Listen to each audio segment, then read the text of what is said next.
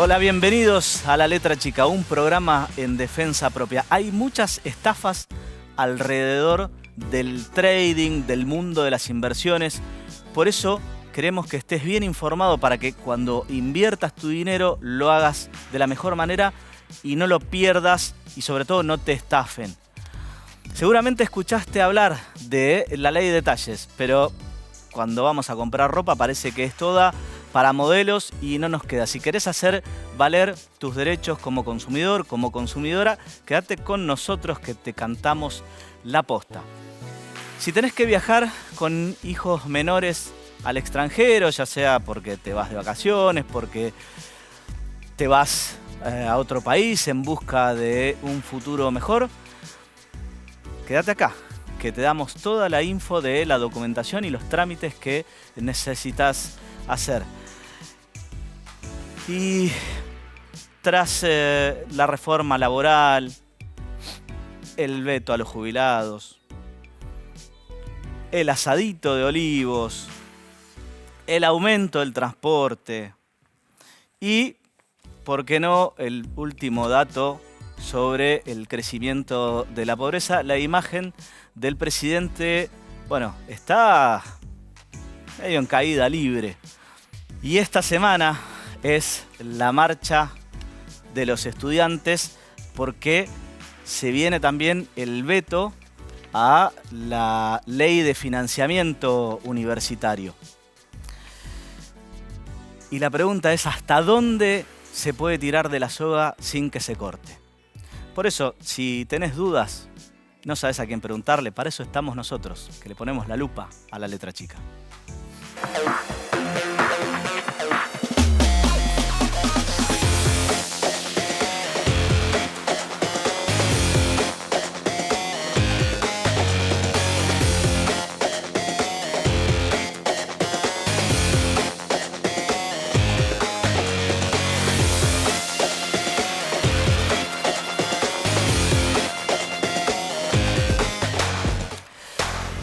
El 16 de octubre arranca el juicio contra Leonardo Cositorto. Si no sabés quién es el autor de una de las más grandes estafas que hubo en nuestro país, si no la más grande, ¿sí?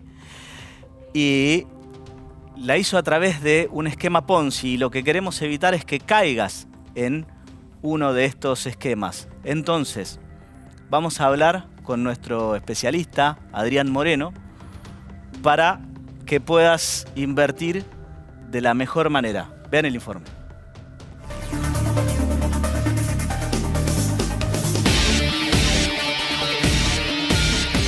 Fueron $280.000 en un solo mes. Quédate viendo que te cuento cómo lo hice. Antes que nada, este video no es para alardear, es solamente para que veas qué es posible si le dedicas 1, 2 o 3 años con mucha constancia a una sola cosa.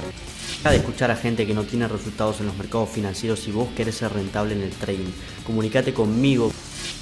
Las imágenes, claro, no muestran un robo, sí un asesinato. El asesinato del trader, este joven de 19 años. Le cruzaron un auto adelante, se bajó un sicario y le dio un tiro en el ojo derecho. Se han multiplicado la cantidad de chicos de 22, 23 años que como particularidad que viven en Dubái, que generan una cantidad muy importante de dólares por mes, que arrancaron de muy abajo, que te muestran sus comienzos. El trading significa comercio. Nosotros lo que hacemos, comercializamos instrumentos financieros. El mundo de trading es la habilidad más difícil de hacer plata fácil, porque están compitiendo con bancos, entidades financieras. Es sencillo darse cuenta cuando realmente algo es en un esquema Ponzi, a la diferencia de una profesión, estudiarla profesionalmente, ¿no? Si el análisis técnico realmente tuviese una función y que pudiese extrapolarse a nivel de resultados, ¿por qué solo se aplica en finanzas y no, por ejemplo, en medicina, en pronosticar evolución de pandemias o algo similar? Si este tipo de fondos o los traders más increíbles del mundo utilizan machine learning, utilizan algoritmos y este tipo de información, ¿por qué no utilizan análisis técnico? Que las formaciones gráficas tengan una fiabilidad de un 80%, digo, no, para nada, con que la mitad de ellas funcionen me vale. Hay que huir de la promesa falsa, hay que huir de la propaganda que está inundando internet desde hace una década, ¿no? De lo fácil que es esto, y esto no es fácil.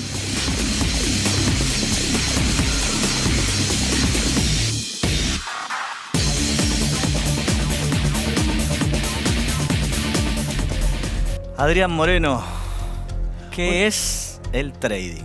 Hola Juan Pablo, buenas noches. Hoy, para poner la lupa sobre la letra chica específicamente del trading, es la actividad que está revolucionando a los jóvenes en el mundo y también en la Argentina, que alude precisamente a comprar y vender activos financieros para tener una ganancia desmedida en el corto plazo.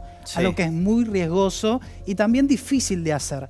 Lleva mucha expertise, muchos años, educación. Ahora, acontece en nuestro país porque vivimos precisamente en un país donde los jóvenes, en promedio en unos 20 años, tienen mucha falencia en cuanto a la educación.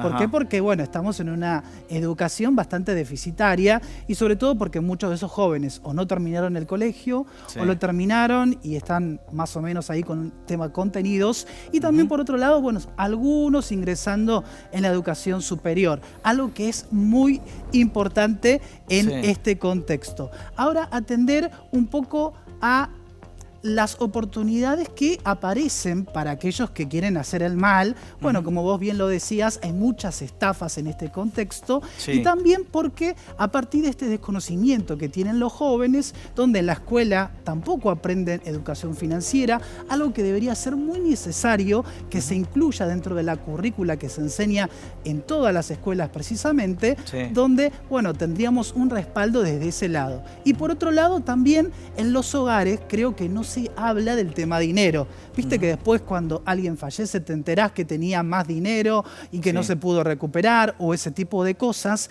Entonces creo que es un buen momento también para que en el seno familiar de los argentinos se pueda hablar del dinero, en qué instituciones confiar, cómo manejarlo, a partir precisamente cómo se puede comunicar el banco con vos, si lo puede hacer a través de una aplicación, un llamado. Después caemos en estas estafas. Típicas estafas telefónicas que no hay que entrar. Exacto, o respondiste solamente un mensaje y ahí te entran a leer todo el celular y chao, sos estafado y después anda a reclamar la plata a alguien, ¿no? Bueno, eso es muy común en la Argentina y sobre todo en los jóvenes que no tienen ese apoyo emocional y que son cautivados precisamente por aquellos influencers del trading que te muestran que de un día para el otro se hicieron ricos.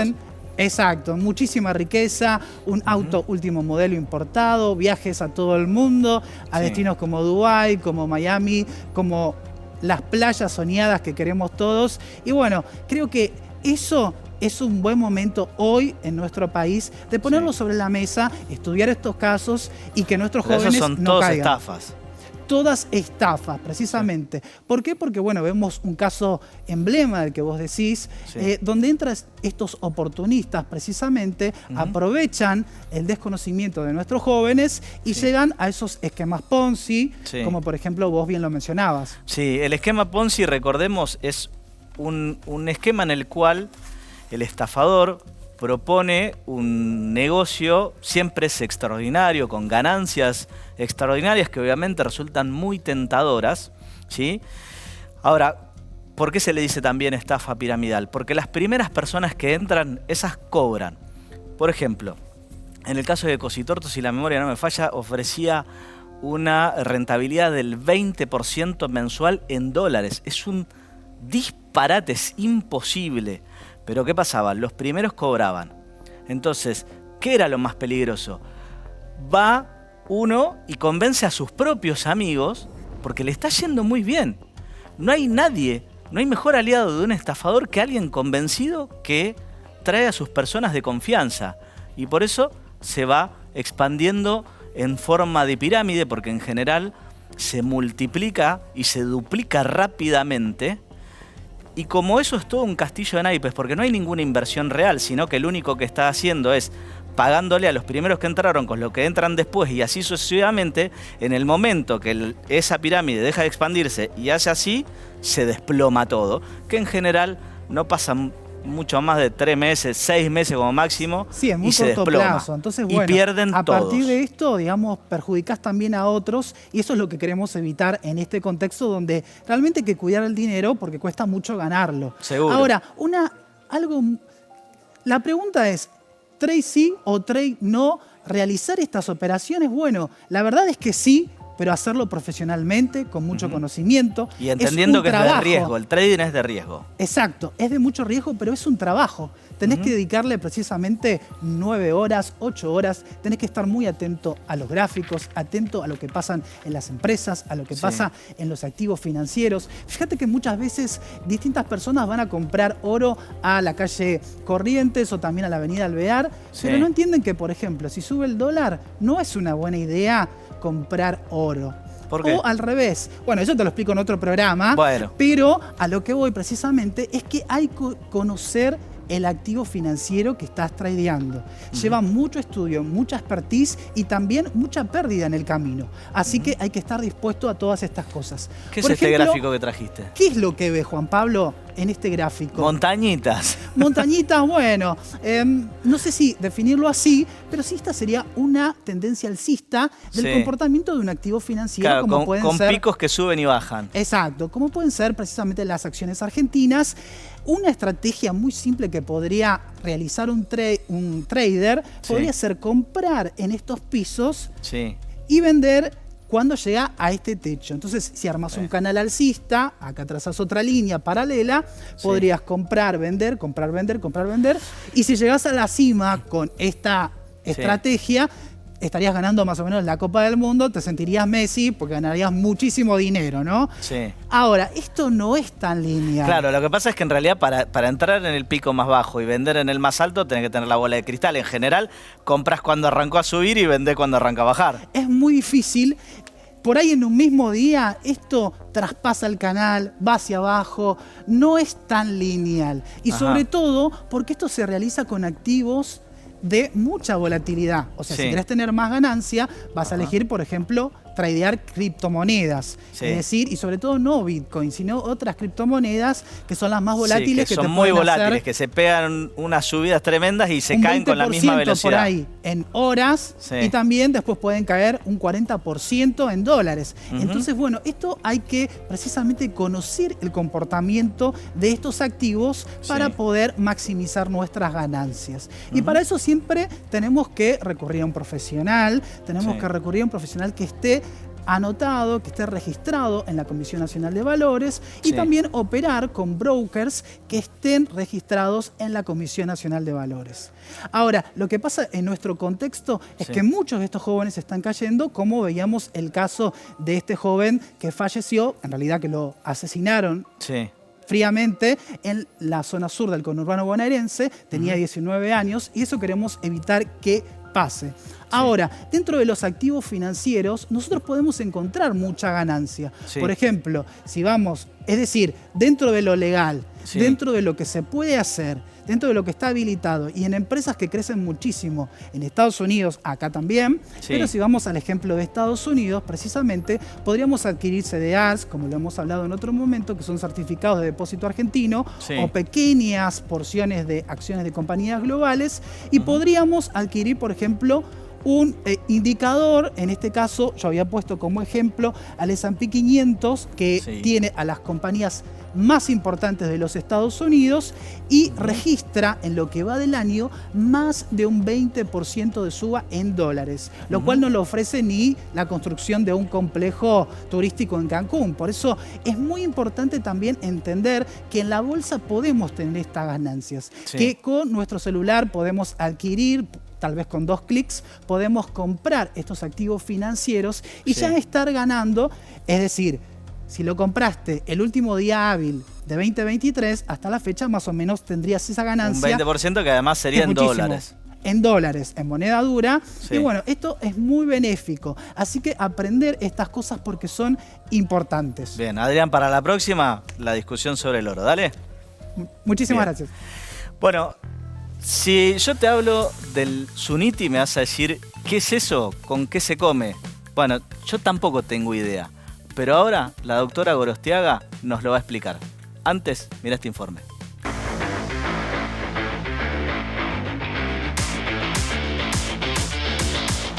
¿Cuántas veces te pasó de ir a comprar ropa y que te ofrezcan el famoso talle único? Por eso, desde La Letra Chica vinimos a preguntar a la gente si la ley de talles funciona en Argentina. ¿Sentís que la ley de talles funciona en nuestro país? No. Hace unos años me pasaba de que nunca conseguía ropa porque todo me quedaba grande, por ejemplo. Era todo talle único y nunca había un talle más chico. O tengo amigas que les pasa al revés. ¿Qué crees que tenemos que hacer como sociedad para que las futuras adolescentes no crezcan con este mismo problema? Y que se respete la ley de talles.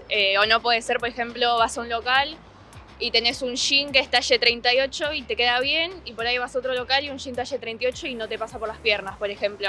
Y ahí es como no sabes realmente qué talle sos, porque en cada local, cada marca tiene medidas diferentes. Si a mí me pasa por la contraria, de la gran mayoría, por ahí vas a buscar el talle S y resulta que te queda gigante o no se corresponde. Buscas otro S de otra marca, de otra cosa, y por ahí se corresponde más, ¿viste? Es verdad que en este país los talles son muy pequeños, en general. Sé que está habiendo un camino hacia la aceptación del cuerpo, hacia salir de la estigmatización de que si no tenés este cuerpo no funciona. Principalmente en Avellaneda las cosas funcionan muy mal, los talles son muy chicos y de ahí te dicen como que hay para todas las tallas y no hay nunca. De hecho hay marcas que me parece que no respetan mucho lo de los talles. Hay marcas que sí, que es lo más, digamos, regular. Acá se trata mucho de mostrar también, viste, cómo es la prenda, porque hay prendas que vienen confeccionadas de otra manera y por ahí son un poco más chicas. Eso también, viste, hace que no sea tan igual los talles, digamos.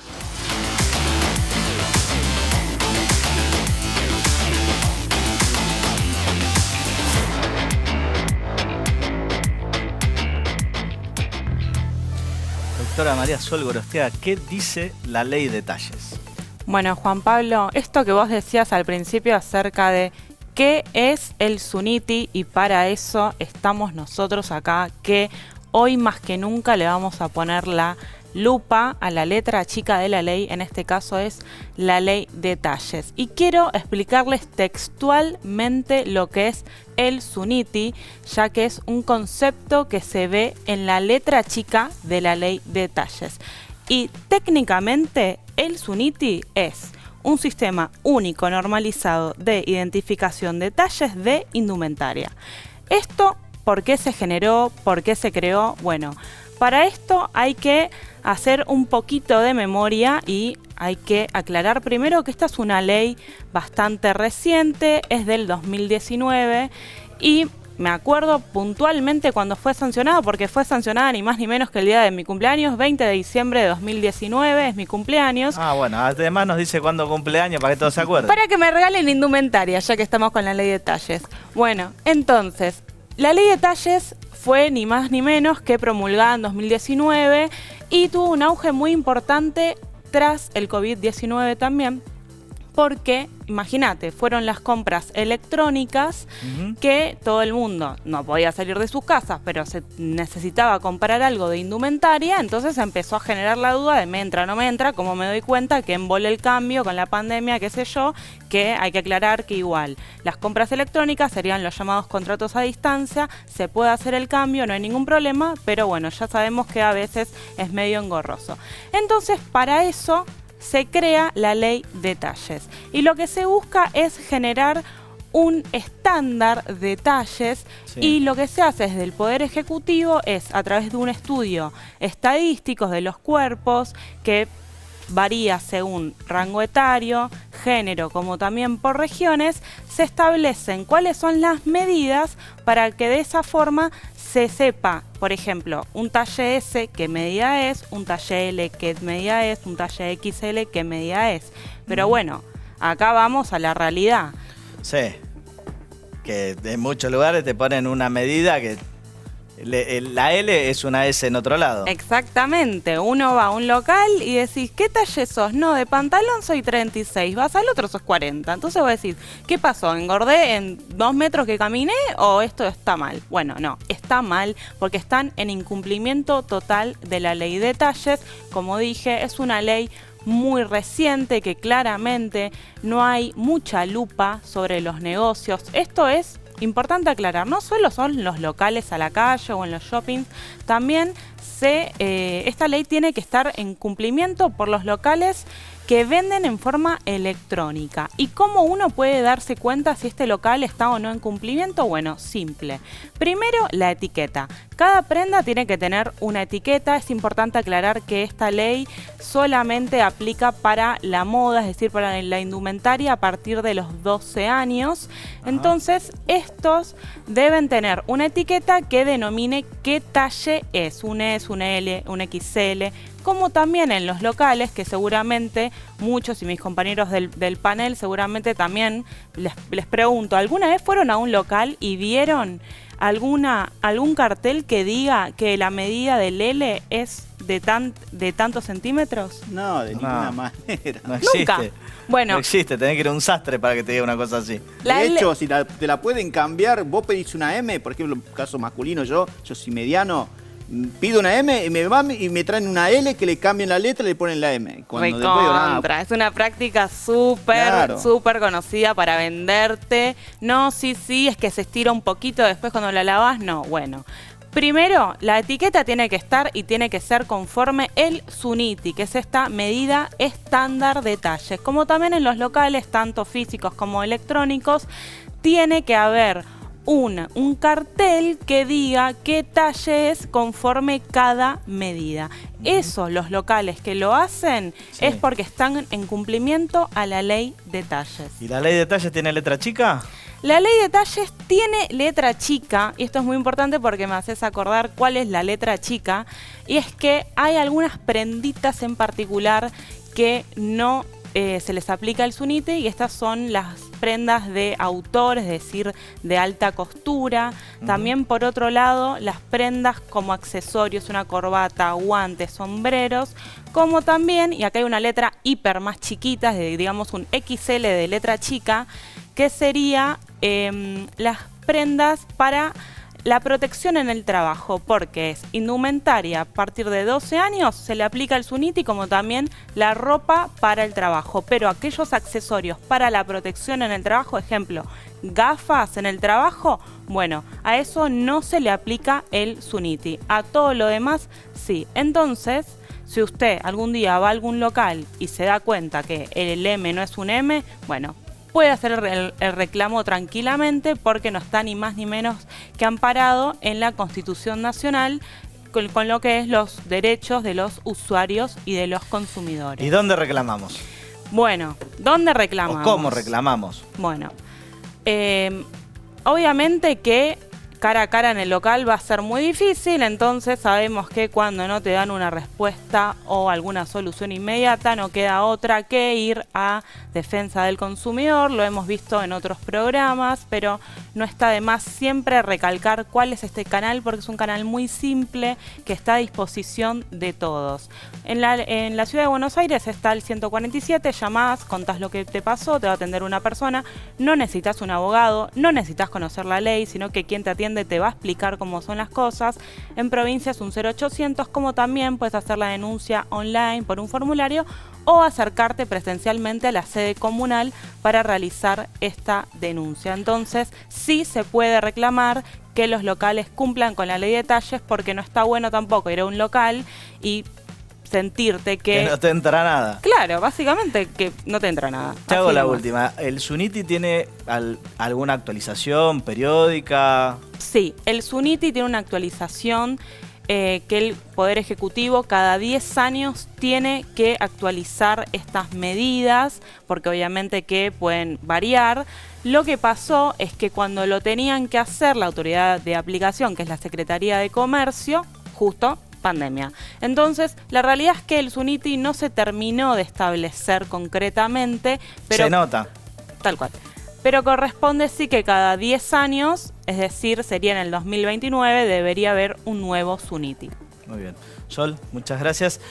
Ahora tenemos que ir a un breve corte y después Mario Cariño te explica todo lo que necesitas saber para viajar con tus hijos menores.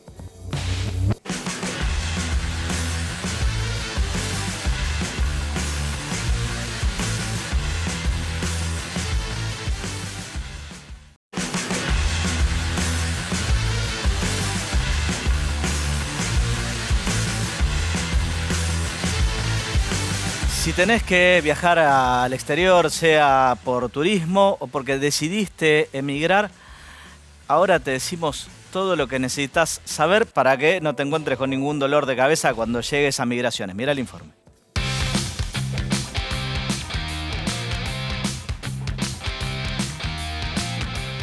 ¿Viajaste alguna vez con un menor al exterior? Sí, claro. ¿Y qué papeles te pidieron para poder ingresar? Y en aquel momento tuve que llevar la constancia de nacimiento para justificar que el padre y la madre éramos nosotros, más por supuesto su DNI, la visa, pasaporte cuando viajamos a países limítrofes. Tuve que pagarlo, sí, tuve que pagar la firma del escribano, sí.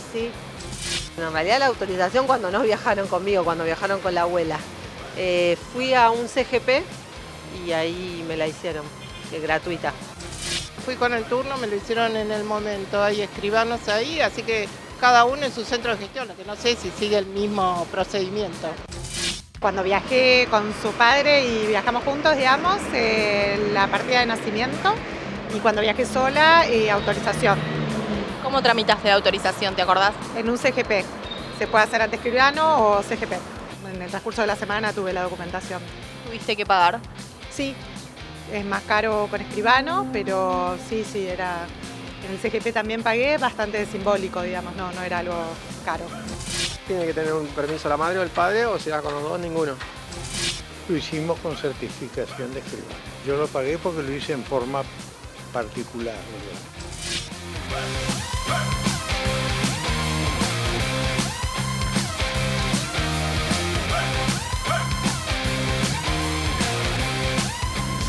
A pedido del club de fans de Mario Cariño, le damos un tema más tranquilo en el día de hoy. Mario, ¿qué es lo que necesitamos para viajar con los chicos al exterior?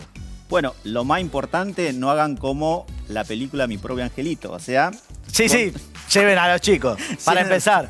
Para arrancar. Pero bueno, es importante que usted tenga y preste mucha atención porque a la hora de viajar al exterior se puede requerir, digamos, la autorización o no para que estos menores puedan salir. Vamos con los casos, digamos, más generales donde no se necesita la autorización para que el menor salga del país.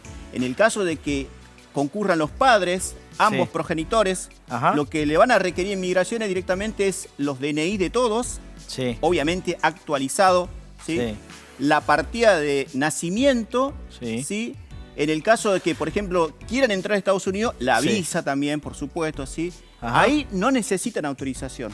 Otro caso donde Ojo, cuando tienen el DNI, el más nuevo, en la parte de atrás dice quiénes son los padres. Exactamente. Y entonces ahí no necesitas, si tenés los DNI nuevos, revisalo, das vuelta. Si tienen los nombres de los padres atrás, no necesitas la partida de nacimiento. Entonces, vamos al siguiente caso donde tampoco se requiere autorización para salir del país cuando es un progenitor y tiene un hijo que en este caso es adoptado. Ahí directamente lo que tiene que hacer la persona, el padre, tiene que acreditar la resolución judicial que otorgue esa adopción, con lo cual puede salir el progenitor con el menor sin ningún tipo de inconveniente. O sea, ahí necesitas un testimonio judicial. Exacto. Bien. El otro caso también es cuando el progenitor, uno de los progenitores, falleció. Ahí lo que le va a requerir la autoridad migratoria es que acompañe la partida de defunción de ese progenitor que falleció. Siempre, en todos los casos, DNI de todas las personas, del menor también, siempre las partidas correspondientes, la visa, si por ejemplo van a Estados Unidos, otros países donde no lo requieran, pero estos casos particulares donde no hay un progenitor porque falleció, la partida de defunción o el testimonio, y si es un hijo adoptado, el testimonio también de que se fue otorgado judicialmente. Bien. Ahora, hay casos donde, por ejemplo, sí se requiere autorización judicial, que es donde directamente, digamos, alguno de los padres necesita que el hijo, por ejemplo, viaje solo al exterior.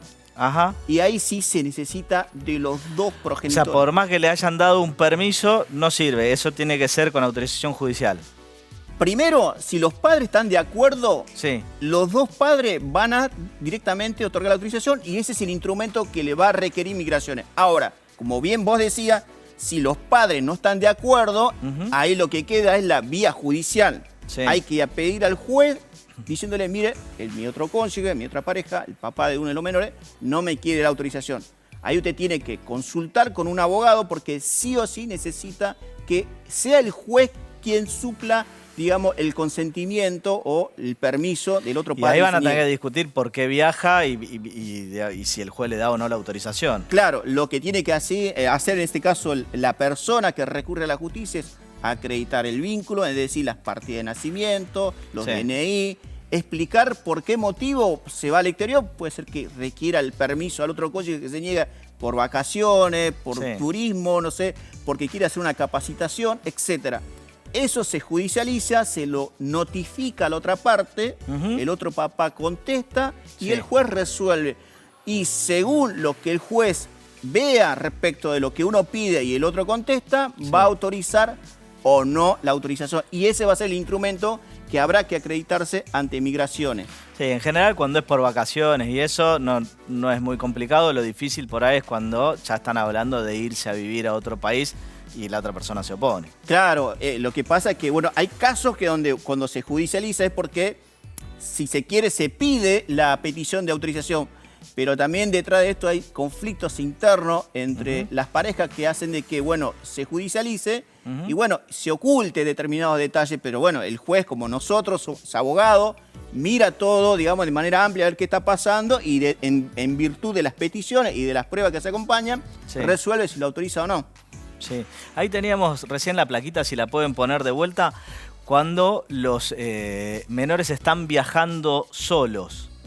Es muy importante, si están viajando solo, se debe indicar el país de destino, que puede ser cualquier parte del mundo. Recordemos que la autorización es abierta, es decir, van los padres y dicen, bueno, lo voy a mandar a mi hijo Jorge, por ejemplo, que tiene 16, 17 años, no sé, a Francia, Alemania. Entonces, se suele poner en esa autorización el país de destino o se lo deja abierta a cualquier parte del mundo. ¿Sí? Y el otro requisito que se exige es que esa persona sea individualizada. Si el menor va a viajar acompañado por alguien que no son los tutores o los padres, se debe indicar la persona que lo va a acompañar y la persona que lo va a recibir. Exactamente, allá en el exterior. Todos esos datos tienen que estar completos en la escritura, si se hace por escribano o si se hace ante inmigración. Sí. Ahora, esto es muy importante cuando los padres están de acuerdo, que es siempre la parte más fácil, ¿no? Porque, digamos, ahí justamente se pueden hacer autorizaciones abiertas, que es hasta que llegue a la mayoría de edad, ¿no? Todo, obviamente, siempre cuando estamos de acuerdo la vida es mucho más fácil. Es más fácil. Y recordemos también que también pueden ser especiales por un tema en particular o generales. Digamos, se puede otorgar el permiso desde, no sé, supongamos que el menor tenga 15 años hasta que cumple la mayoría de edad. O sea, no hay, digamos muchas complicaciones a la hora. ¿Qué es lo que se recomienda? Que la autorización sea, si es un familiar directo, que sea lo más abierta posible y amplia. ¿Sí? Y ahora, ¿cuánto sale hacer una autorización para salir del país? Mira, las personas que están habilitadas para hacer las autorizaciones son los escribanos, los cónsules, y ahora se abrió una oficina de migraciones donde vos la podés hacer de manera online. Ajá. ¿Sí? Tenés 3 tipos de trámite ahí. Esa sí que es una novedad. Sí, tenés uno que es súper urgente, pero que te lo hacen en 2 horas, pero no se lo recomiendo, porque bueno, ahí... ¿Saladito? Y saladito, pero el corazón te explota porque estás en el aeropuerto y te olvidaste o no llevaste la autorización. Ahí tenés un funcionario de migraciones que te la puede hacer en 2 horas. Ajá. ¿Sí? Si no me equivoco, está dentro de 30.000 pesos, 40.000 pesos, ¿sí? La otra es que la vos podés hacer directamente ante el registro civil, con tiempo. No lo haga a último momento, no espere que hágalo con 4, 5, 6 meses de anticipación, porque estas cosas, si bien son rápidas las autorizaciones, se la pueden otorgar en una semana, 10 días, pero pueden surgir complicaciones con el tema de la acreditación de los vínculos. Bien. Mario, muchas gracias. No, por favor. Y se viene una semanita picante porque la marcha se hace el 2, el veto en principio sale el 3, el rector de la UBA no quiere confrontar con el gobierno, de hecho le dijo textualmente, dijo, con el veto de la ley se está hipotecando el futuro del país, no quiere llegar a una situación de conflicto y seguramente, según lo que pase en la marcha, será lo que decida el gobierno. Vean el informe.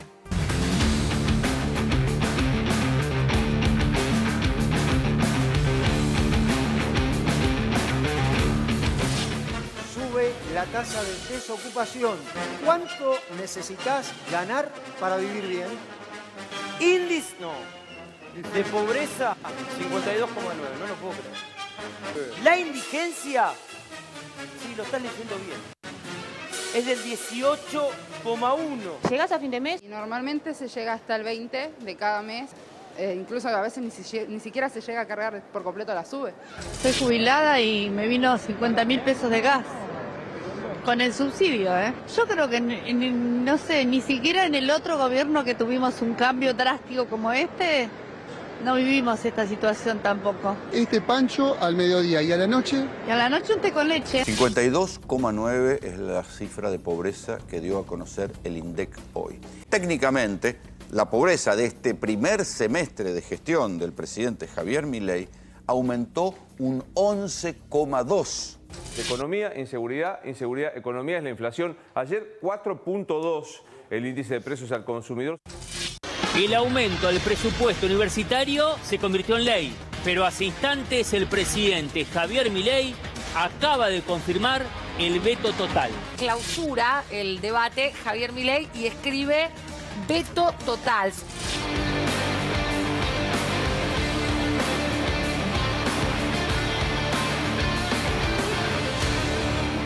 Para que nos explique un poco todo esto, lo trajimos a Rodrigo Martínez de Isonomía. ¿Qué tal, Rodrigo? ¿Cómo estás? Muchas gracias por la invitación.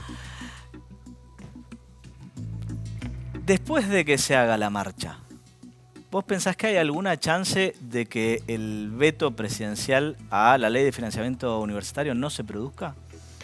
Yo creo que las chances de que no se produzcan son bajas y creo que pueden ser más bien producto de una negociación política a las que el gobierno, por lo menos en términos de on the record, no nos tiene demasiado acostumbrados. Sí. Pero está claro que esta situación lo lleva al gobierno a un choque de narrativas que habitualmente, por lo menos en estos 8 o 9 meses de gobierno, vino evitando, que es entre la narrativa contra la lucha, el derribo, ¿no?, de esas instituciones que supuestamente venían a representar la casta. Sí, pero a ver, el 2 de abril hubo una marcha en la cual el gobierno dio como un retroceso cuando vio lo multitudinaria que fue. O sea, ¿vos decís que no lo va a inmutar, aunque sea una marcha multitudinaria como la anterior?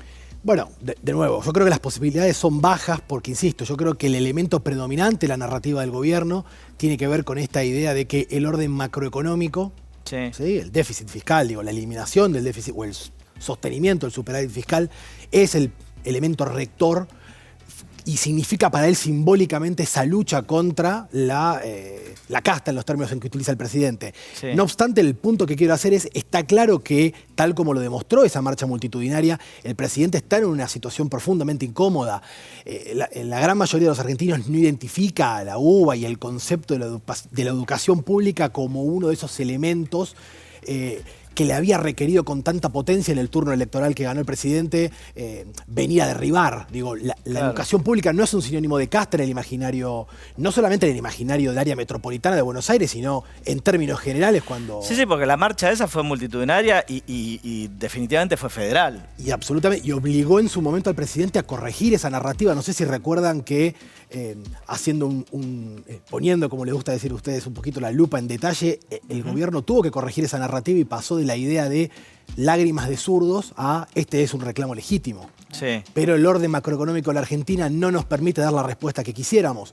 Insisto, yo tengo en claro que el gobierno difícilmente vaya a dar marcha atrás con la idea de vetar la ley, pero también tengo en claro que el gobierno entiende que va a tener un costo político por tomar esa decisión. Bien, y vos lo que crees es que, digamos, va a hacer esta negociación que ya vienen anunciando con la universidad y va a tratar de acordar de esa manera y por ahí quedar en el medio, ¿no? Hacer la salomónica. Exactamente. Me parece que es en conversaciones que el gobierno viene teniendo con distintos actores, no solamente incluyendo el mundo vinculado a la educación, sino también con el sindicalismo, están claramente en la búsqueda de una, como le gusta decir al presidente, una diagonal. sí, ¿no? Que le evite ir al choque, pero insisto, me parece que además la coyuntura, el posible paro de los sindicatos vinculados al transporte, me parece que la coyuntura tampoco va a ayudar demasiado al presidente a poder encontrar una solución política, pero mi sensación es que el veto va a ir acompañado de una comunicación que acompañe la idea de que no los deja demasiado contentos tener que tomar esta decisión, pero que entienden que es lo mejor para el largo plazo. Bien. Antes de las elecciones, corregime si me equivoco, pero la inflación era, si no el principal, uno de los principales, de las principales preocupaciones de los argentinos. Hoy, ¿cómo está eso? Bueno, el top 3 de las preocupaciones de los argentinos, ¿cuáles son hoy? Bueno, hoy lo interesante es que la Argentina viene hace muchos años bastante agrietada en la mayoría de los temas que tienen que ver con la política. Teníamos un único consenso, que era la idea de la inflación como el principal problema de los argentinos por enorme margen. Hoy es muy curioso porque la inflación es un fenómeno político y no económico, ¿no? Digo, el segmento electoral más alejado del gobierno cree que la inflación sigue siendo un problema, mientras que los más cercanos creen que ese problema se está diluyendo. Y lo que está empezando a surgir, sí, de manera transversal en la mayoría de los electores, de la mayoría de los ciudadanos en la Argentina, es la idea de que la pobreza y sobre todo el poder de compra del salario empieza a ser un problema emergente. Me parece como bastante interesante seguir haciendo este seguimiento, porque eso se ancla bastante con un cambio bastante importante que hay en cuáles son los sentimientos que están predominando la agenda pública del debate. Era lo que veíamos recién en la plaquita. La angustia está, parece que es la más importante. Exactamente, y cada vez son más los segmentos por fuera, quitando los que tienen un apoyo muy potente, muy duro en el vínculo con el gobierno, con el presidente Milei. Cada vez la idea de la angustia y la tristeza empiezan a ser elementos cada vez más importantes en cómo se sienten los argentinos. Y ustedes quizás me pregunten, ¿y por qué es relevante cómo se sienten los argentinos? Porque claramente la gran mayoría de todos nuestros posicionamientos, los políticos, los sociales y posteriormente los electorales, están mucho más anclados en estos elementos de corte emocional que quizás racionalizaciones que uno suele hacer para justificar cómo vota. Y está claro que inclusive muchos electores que hoy están todavía apoyando al gobierno y lo que entienden es su agenda, están empezando a vivir, a transitar este momento de la coyuntura política con importante dosis de angustia respecto a cómo va a ser ese futuro. ¿Y esto está relacionado también con cómo evalúan la gestión del actual gobierno? Bueno, tomando un poco lo que vos decías en la introducción, me parece que ahí hay un punto central para hacer. El gobierno está empezando a perder parte de esa consistencia. Este es un gobierno muy particular porque no tuvo una luna de miel, como la gran mayoría de los gobiernos, por lo menos desde el retorno a la democracia hasta ahora. ¿Cómo es eso? Eso en general la mayoría de los presidentes, y en realidad la clase política en general, después de un proceso electoral, suele tener recuperaciones de su imagen, de sus niveles de credibilidad, ¿no? Lo que en nuestra jerga llamamos las variables soft de opinión pública. Lo que pasó con Alberto cuando arrancó, que tenía, o sea, al inicio de la cuarentena tenía una imagen positiva altísima. Exactamente, un presidente con alrededor de 48 puntos de voto y 60 largos de imagen, ¿no? Después de la elección. Bueno, Milei no tuvo eso. Le pasó a Macri, le pasó a Cristina. Milei no pasó por ese proceso y fue finalmente, cuando asumió, un presidente con 50 puntos de imagen positiva. Pero había un montón de gente que decía que tenía una imagen positiva de arriba del 70, o sea, ustedes nunca midieron eso. Eso no lo tuvimos nunca, ni en campaña, ni después del triunfo, ni cuando asumió los primeros meses. Con lo cual, lo que quiero decirte con esto es, la imagen del presidente está algo más deteriorada. Claramente son 8 meses muy duros en materia económica y social. Los números del INDEC que vimos la semana pasada, hay elementos que obviamente validan este proceso de angustia y es orada un poco la imagen presidencial, pero lo que está claro que está empezando a dar más señales de desgaste es la percepción de la calidad de la gestión del presidente, ¿no? O sea, la imagen del presidente es hoy un poquitito mejor que su gestión, ¿sí? Alrededor de 6-7 puntos de diferencia. ¿Por qué esto es importante? Suele ser un indicador de qué es lo que podemos esperar que pase en el corto plazo, mirando hacia adelante, digo, con la imagen del presidente. Porque la gestión, si la percepción es mala, va a terminar arrastrando la imagen de él. Exactamente, suele haber... ¿Y cuánta diferencia tenés entre la percepción sobre la gestión y sobre la figura del presidente? Hoy es alrededor de 6 puntos, 7 puntos. ¿Sí? Si vos tenés la imagen presidencial en alrededor de 49 puntos de imagen positiva, la gestión está alrededor de los 43, 42 puntos, por lo menos en la última medición, que hay que aclarar es a priori, previo a lo que vamos a ver esta semana, ¿no? Con lo cual habría que ver también esto cómo puede impactar. pero me parece que el elemento central, Juan, para no perder de vista es la agenda que se le viene al presidente para de acá a fin de año. Sí. Va a implicar enormes desafíos, que está claro que el gobierno va a intentar siempre llevar a esta narrativa de la idea de romper aquello que estructuralmente produjo el fenómeno político y social que hizo que él fuera presidente, ¿no? Sí. Esta idea de pelearse con esos poderes establecidos. Yo creo que el gobierno va a tener que ser muy inteligente para, en medio de una expectativa, siendo muy optimista, de un pobre o un regular desempeño económico de acá a fin de año, de ir eligiendo determinadas batallas que le permitan sostener esa narrativa. Ahora, vos me decías recién que, bueno, no tuvo esa luna de miel de cuando arranca. Y ante este sentimiento que se empieza a generalizar, ¿tiene un plazo de gracia para que se vea algún resultado? ¿Cómo bueno, lo ves eso vos? Es muy interesante. Empezamos a ver ahí dos fenómenos. Uno es, ese periodo de gracia está cada vez más correlacionado con el porcentaje de gente que llega a fin de mes. Claro, sí, ¿no? Bueno, que si no llegas a fin de mes, un mes, 2 meses, 3 meses y no hay expectativa de cambio...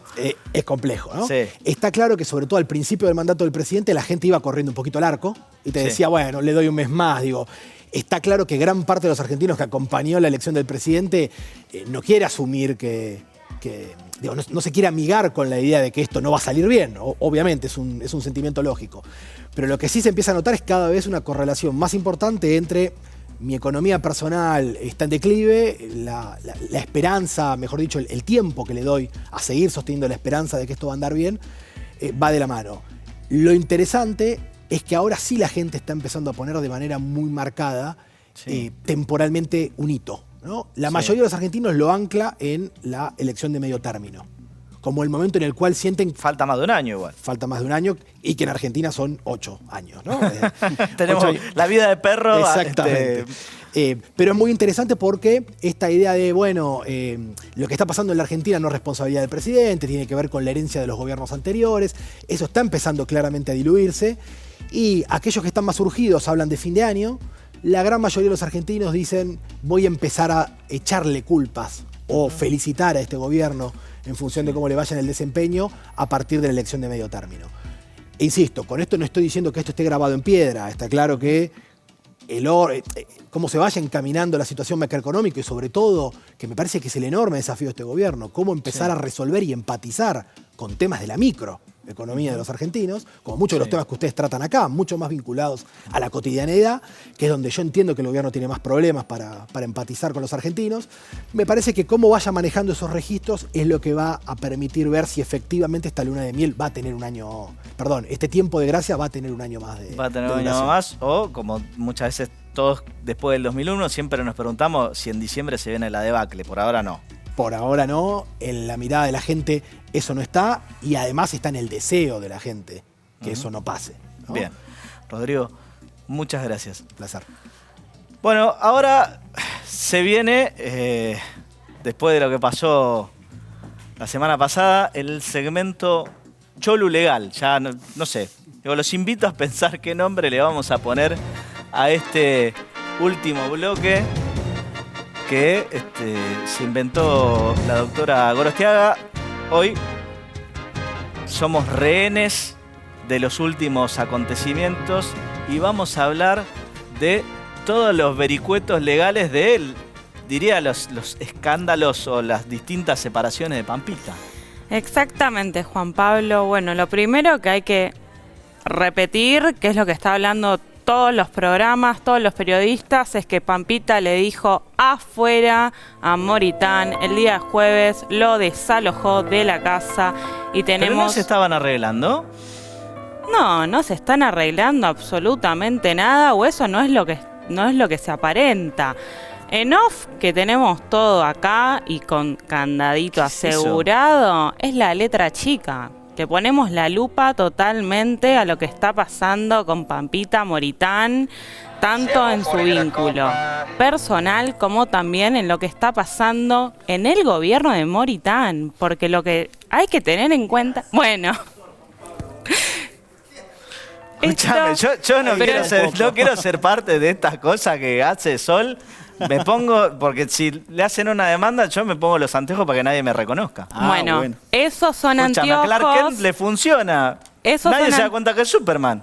Son anteojos fuera del Suniti, mira vos, porque serían en protección en tu actividad laboral para desentenderte de lo que yo estoy diciendo, que es muy importante. Sí. Pampita y Moritán, al parecer, no en off nos dicen que viene un divorcio en puerta, y para esto lo que hay que tener en cuenta es ir a la historia cronológica, ya que sería su posible tercer excónyuge, ya que estamos viendo el primero. ¿Y ese quién es? Barrantes. Con Barrantes, Pampita se casó en el 2002-2004. Fue un amorío muy rápido y no fue un divorcio express, porque fue un casamiento que se dio con el código anterior, donde Barrantes le ganó el juicio a ella. Como también tenemos que decir, es mentira que Pampita le pagó una suma millonaria, su abogada salió a desmentirlo, simplemente le ganó porque la trató de adúltera. Para divorciarse antes había que invocar alguna causal. Bueno, una de las causales podía ser el adulterio, infidelidad.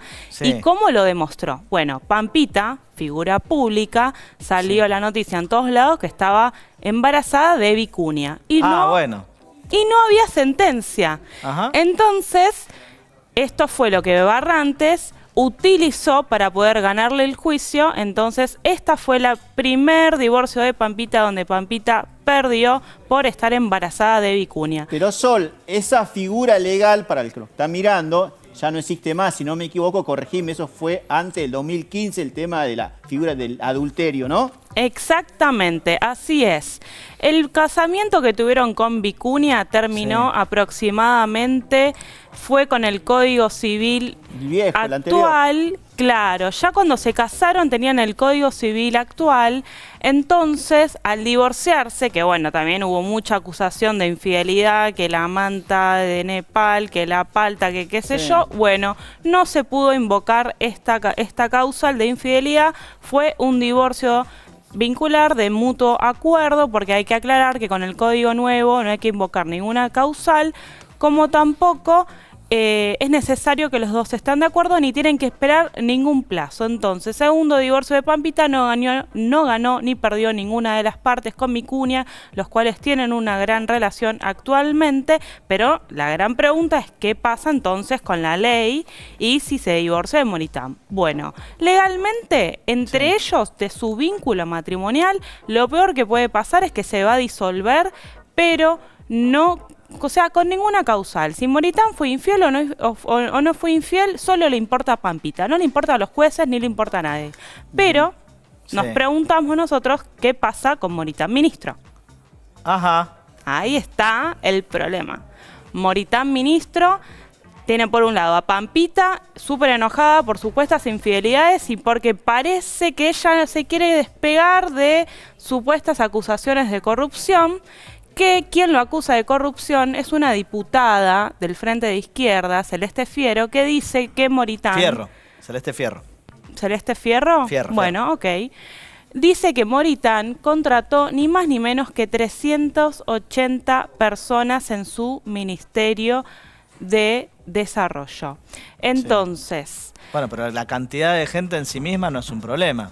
La cantidad no sería un problema. El tema es que se estarían hablando de contratos de un palo, es decir, de 1 millón para arriba, que acá lo que habría que explicarle tanto a Pampita, si se quiere despegar o se le interesa saber si esto es verdad o no, como a esta diputada, es muy simple. Hagan una solicitud de acceso a la información. O usted que está del otro lado, lo que puede hacer es, se acredita online, pone cuál es su nombre y apellido, DNI, y le manda una solicitud al ministerio que está a cargo de Moritán y pregunta cuáles son las últimas contrataciones de, por ejemplo, el último periodo de 6 meses. De esta manera, el ministerio, todos los organismos deben responder toda información que por supuesto no esté en contra de la seguridad del gobierno, pero toda la otra información es pública y de esta manera sería muy fácil resolver si Moritán sería infiel y si además son reales las denuncias que hacen en su contra. Ahora, mira cómo me lo diste vuelta, porque estábamos hablando de los matrimonios de Pampita y me saliste con la ley de acceso a la información. Y bueno, pero Pampita, obviamente, acá las mujeres somos todas team Pampita, Juan Pablo.